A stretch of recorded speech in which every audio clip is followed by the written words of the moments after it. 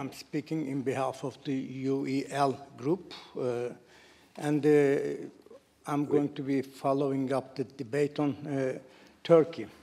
First of all, our group is not satisfied with the explanation of the foreign minister Monsieur Kirk, on ne doit pas revenir sur les sujets qui ont été traités dans la semaine. Just a moment. Oui, mettez votre... On a dit au début de la séance que dans les débats libres, on ne revient pas sur les sujets qui ont déjà été traités cette semaine. Là, pendant la séance, cette séance, toute la délégation turque est inscrite. On ne va pas revenir sur les débats que nous avons déjà eus. Ce n'est pas l'objet du débat libre.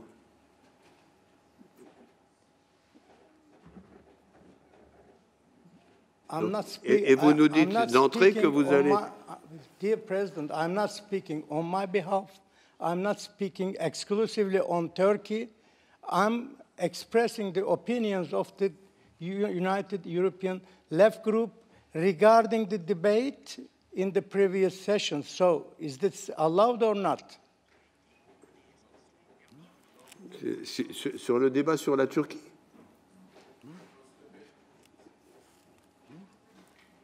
Vous pouvez, le règlement de notre Assemblée et l'entente que nous avons tous sur ce sujet, sur le débat libre, ne permet pas de revenir sur...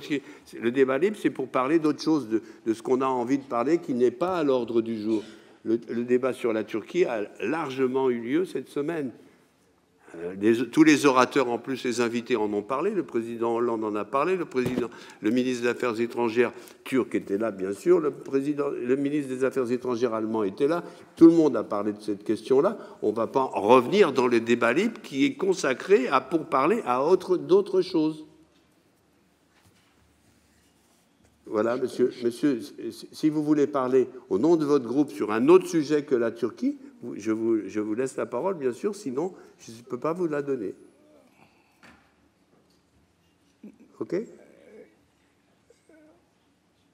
No, it's not okay, dear President, because what I am going to speak about is not what is said, but what is not said about the debate.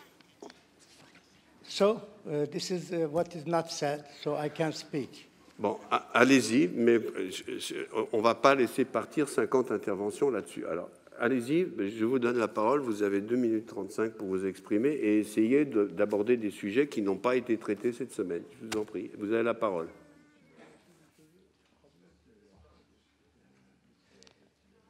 One of the things that we didn't speak this week is the exodus of intellectuals and professionals from Turkey to Europe and the United States.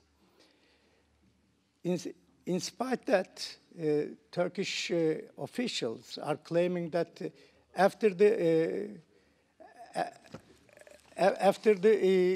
clampdown on the junta, the situation in Turkey is improved so much that 80% of Turkish population is very happy with that. But according to reports coming from United States and Germany, applications for asylum in Europe has doubled in Germany, has tripled in the United States from Turkey.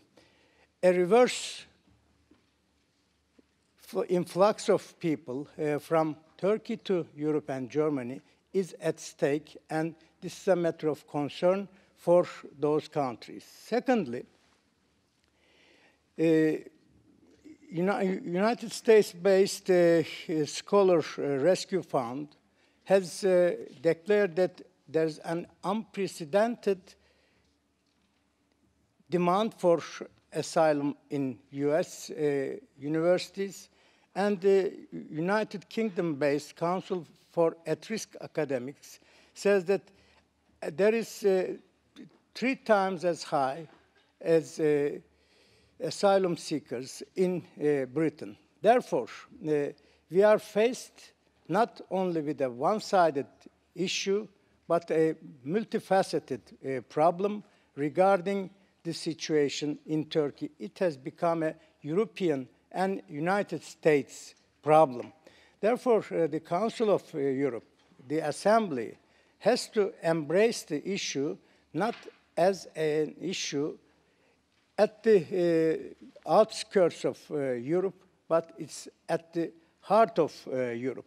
Therefore, I recommend that the Turkish government should take the recommendation by the Council of Europe Parliamentary Assembly to adopt a more inclusive approach towards changing the Turkey's anti-terror laws and open the path for criticism without any hindrance. This is our group's position on the concerning debate. Thank you.